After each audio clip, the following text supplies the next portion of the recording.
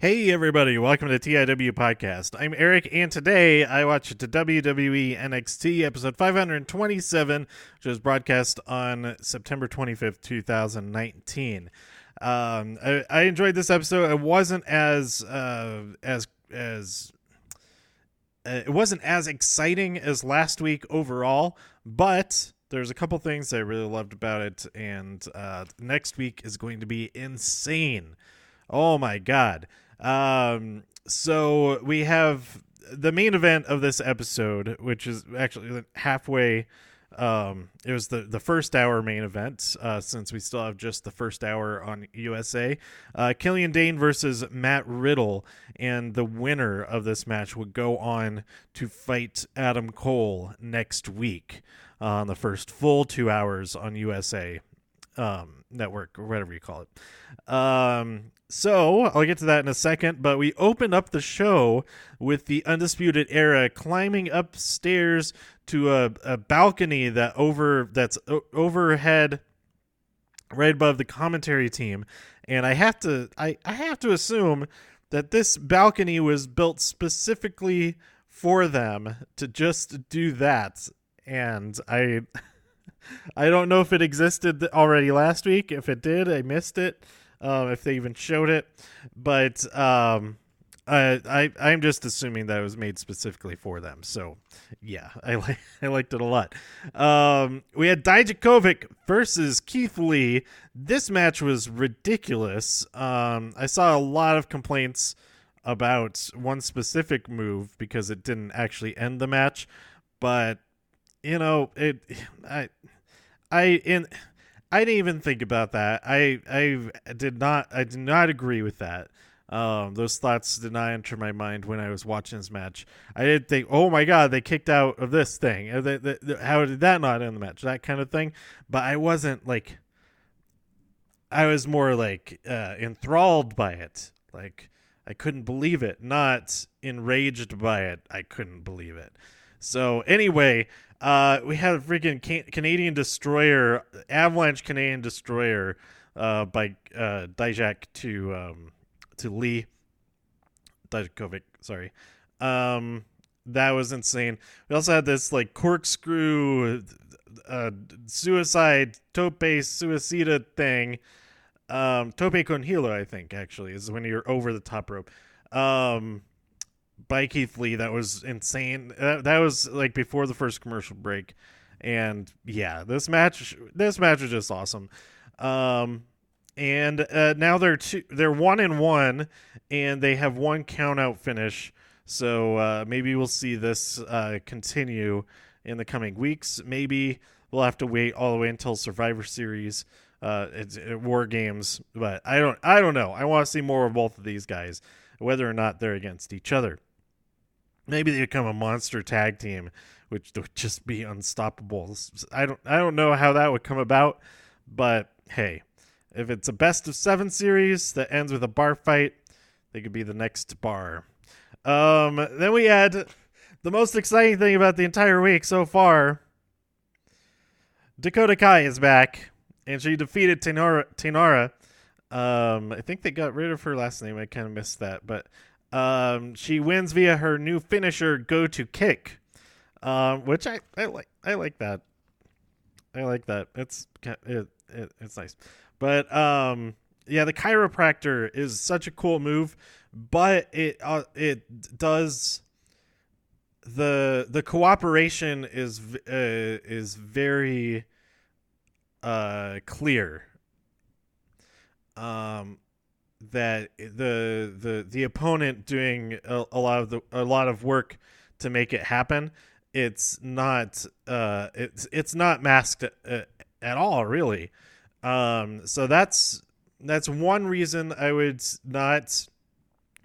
That's one reason to not like that move necessarily, and but I mean I still do I do really like that move. But it doesn't have the same realism as something else like the go to kick. Has pretty good. It works pretty well. And this is only the first time we've seen it, so I'm sure it'll be a lot better. And then it's also probably a lot better for her knee, to not do the not do the flippy thing with somebody landing on her legs that with the chiropractor. I'm still insistent that her kicks into the corner. I don't know if they have an official name yet, that signature, but I really think it should be called BRB kicks. And I think I've mentioned this before, but at least over a year ago. It's got to be called the BRB kicks.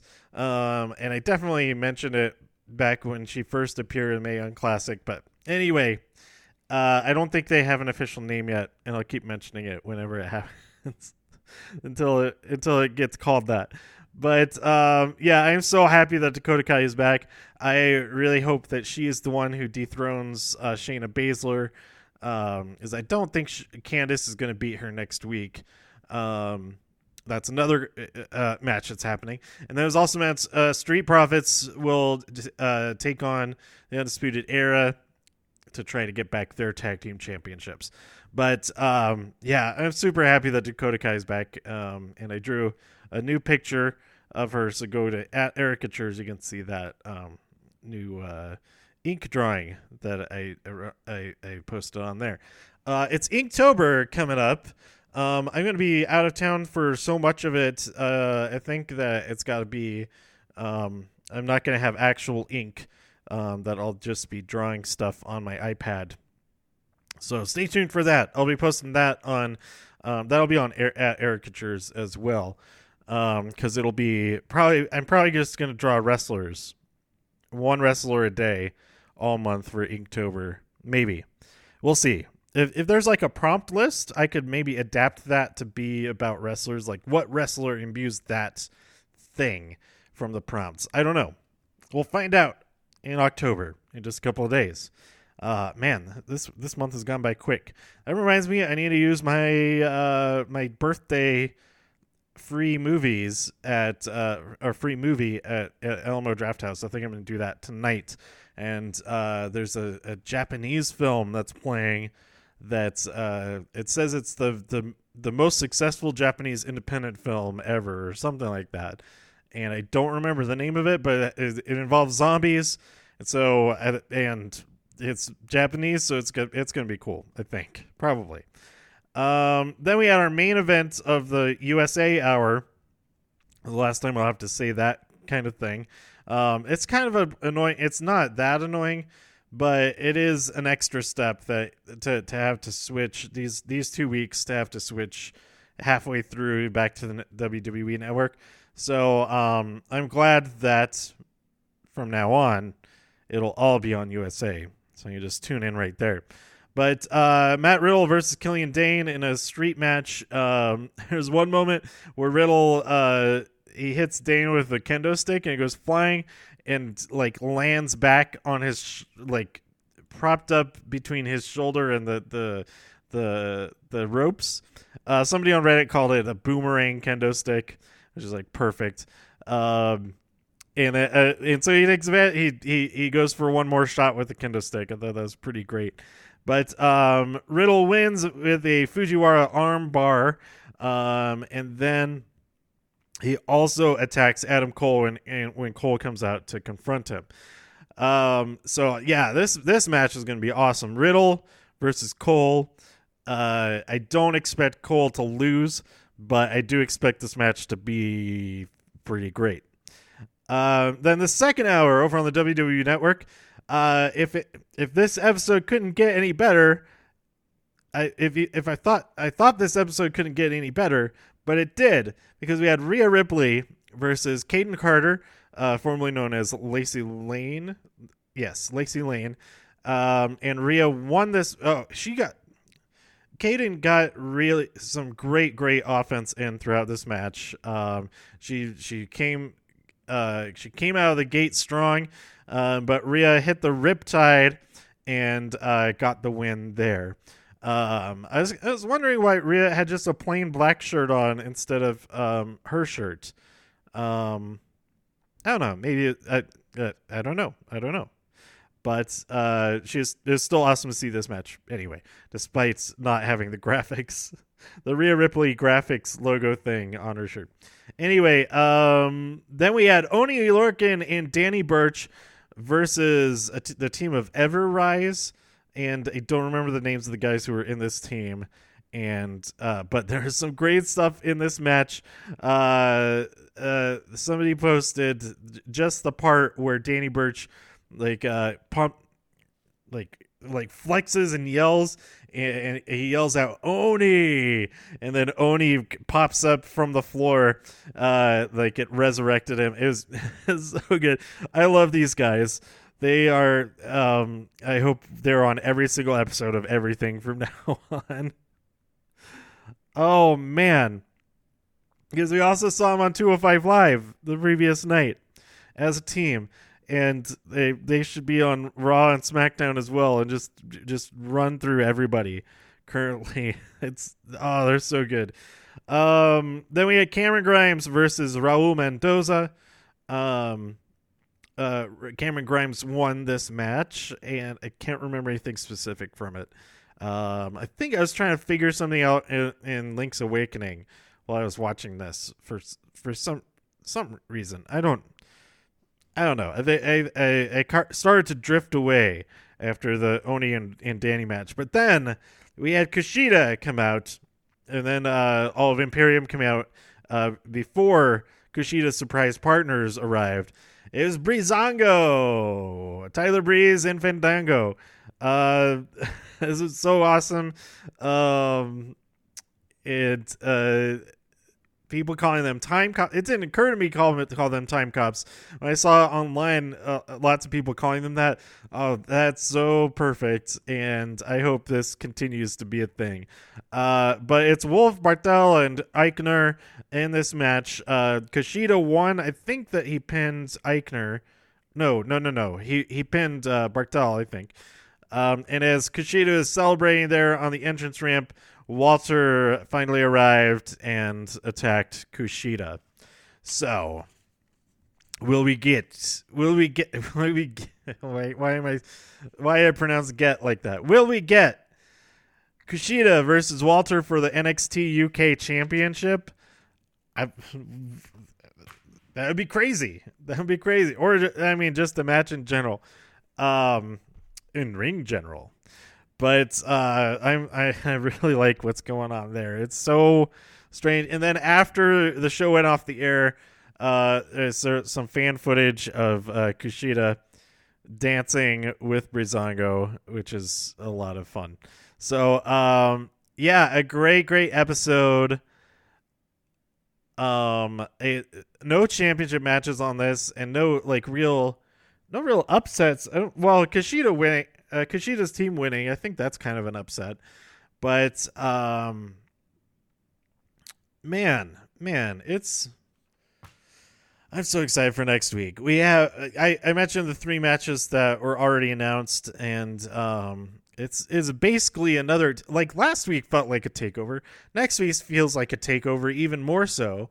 And I'm actually kind of okay, so I'm going to AEW, their first broadcast of Dynamite next Wednesday. I will actually be there. I have really good seats. I feel like they're really good seats. They're front row of the topmost level, which I mean, it's not like being front row ringside, but anytime I've talked about this before. I really like being in the first row of an upper section, whether it's the second level or third level, fourth level, whatever it is. First row of that is always fantastic because, except for people getting up to go get stuff or whatever, there's very little. People aren't standing up in front of you. There's nothing that's blocking your view during the entire show, and it's fantastic. So I would much rather have the highest up level, front row of the highest up level, than even like this 7th row of floor seats, because gonna be able to see everything so much better, especially if all the floor seats are packed, which they usually are, but for TV events anyway. So I'm really excited for that. But even though I'm really excited for that and it's gonna be great, I'm kind of bummed out. I really wish that I could that I could be at this episode of NXT because it's going to be so good. So next week for wrestling is going to be amazing, and then the whole month following it, it's just gonna be it's gonna be nuts. And I'm going to be drawing wrestlers the entire time, probably, hopefully, if I stick to Inktober. So stay tuned for all of that. I have a couple more episodes. I haven't watched Survivor yet. There's another thing added to Wednesdays that's going to be a nice relief that there's now nothing on Tuesdays. So if I do miss a Raw, which I'm not going to miss a Raw for like the next month, but it's good to have that break to like catch up, do some other stuff in the evenings and all that. Hey, go see some movies. Frees up that time to see movies. Because with Monday through Wednesday, it pretty much left Thursdays as the day that I've got to use my pass. I haven't used it all week. I need to use my AMC pass to see at least one movie, and now Tuesdays is a great option for doing that now. Did I say now enough there? Anyway, let me know what you thought about this episode of NXT, what you're excited for next week. Who do you think will win in those championship matches? I could see all the championships staying put. But if one did change, I think it would be the tag team championships. So we'll see. We'll see what happens with all of that. Let me know what you thought by tweeting me at TIW Podcast. Go to TIWpodcast.com for more reviews. If you enjoyed this episode or anything else on the site, please share some links with your friends. Subscribe on iTunes, Spotify, Stitcher, YouTube, wherever you like to listen. And stay safe out there in all the infinite multiverses. So I'll see you next time here on TIW Podcast. Bye.